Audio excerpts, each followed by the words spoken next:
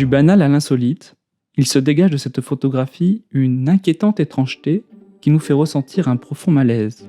Un portrait de la famille prototypique. La famille nucléaire, un couple et ses enfants qui habitent une maison pavillonnaire et possèdent son barbecue texan pour les garden parties. Une famille donc qui reçoit ses voisins, ses collègues, nous peut-être autour d'une grillade. La famille pose sur la photographie, regarde l'objectif, dans un échange complice, insouciant, avec le photographe et les spectateurs. Elle nous invite chez elle. Ils pourraient être nos voisins, nos amis, notre famille. Une image presque cliché du modèle familial. Ce sont des repères solides dans la représentation collective qui codifient l'idéal d'une famille parfaite. Des codes assumés qui ajoutent au contraste et au décalage. La quantité démesurée d'armes à feu que possède cette famille fait l'effet d'une bombe. Armes et famille, un oxymore débusqué dans le réel, mis en scène, théâtralisé par le photographe pour rendre visible frontalement la paroxystique folle et inquiétante passion d'une famille éprise d'armes à feu. Oui, l'image est réelle, elle est documentaire. Le rapport en volume, en masse, est quasi effrayant. 2 adultes, 2 enfants et des centaines d'armes du sol jusqu'au toit. La métaphore d'un toit pentu, où les armes pourraient glisser et tomber sur de mauvaises têtes, ajoute un sentiment de danger presque burlesque, de trop, à l'incompréhension qui nous raidit d'abord. Une arithmétique froide, un arsenal déposé qui suit rigoureusement la géométrie du plancher. On est sur une image particulièrement construite et mise en scène qui crée un fossé, une distanciation avec cette famille qui semblait d'un œil complice nous inviter. Mais il y a tant à enjamber pour les rejoindre. Et c'est donc 2 sentiments, de proximité et d'éloignement, qui ajoutent à notre confusion. Une tension insoutenable et enivrante dans notre regard, une envie de voir qui trouve sa juste place dans le confort du regard spectateur. La mise en scène des armes à feu comme accessoires, voire décor tant elles sont présentes, le point de fuite bouché, clôturant l'espace scénique, les planches, le regard frontal, tout cela évoque naturellement la scène de théâtre, mettant le spectateur dans une position sécurisante. Il peut avoir peur sans rien risquer pour sa vie. Mais l'horreur ne serait-elle pas exactement là où se situe le spectateur ? Parmi nous, dans le hors-champ ? Cette famille qui pose, avec toutes ses armes, n'est pas sans évoquer un autre genre d'image, celle du trophée. Famille, arme au poing, posant avec le même regard complice et fier autour du cadavre de la bête abattue.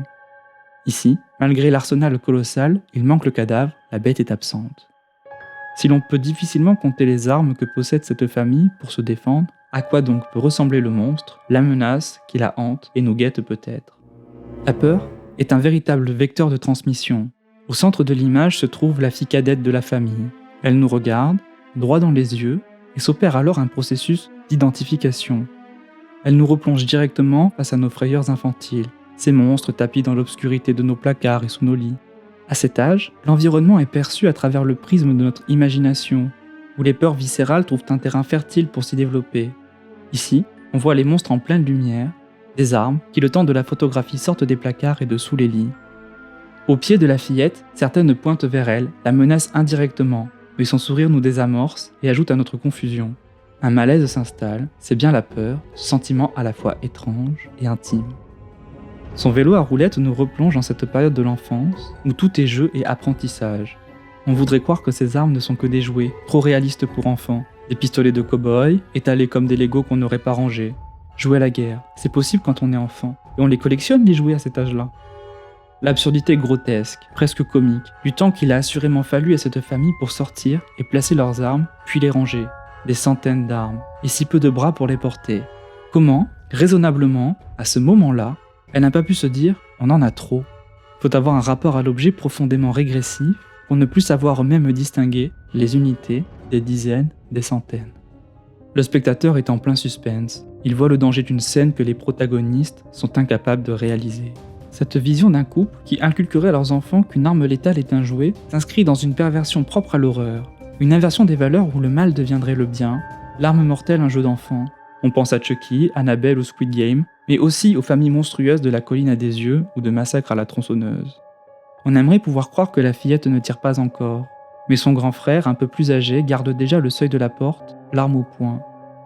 On pense à l'horreur ultime, les tueries dans les écoles, les collèges et les lycées. Il porte un t-shirt rouge qui semble en annoncer la couleur. en lettres capitales, conquérantes et martiales, est inscrit « Le Texas ne recule jamais ». Cette famille n'est clairement pas prête à déposer les armes. Cette vision horrifique, ce regard de fou, n'est pas celui d'un individu isolé, d'une famille Adams déconnectée qui n'obéirait qu'à ses propres règles, mais il est partagé par d'autres familles et communautés. Quand on replace cette photographie dans son contexte de série, l'accumulation nous plonge dans un vertige abyssal, les fractales d'une folie collective. Comment ne pas être effrayé par tous ces nombres?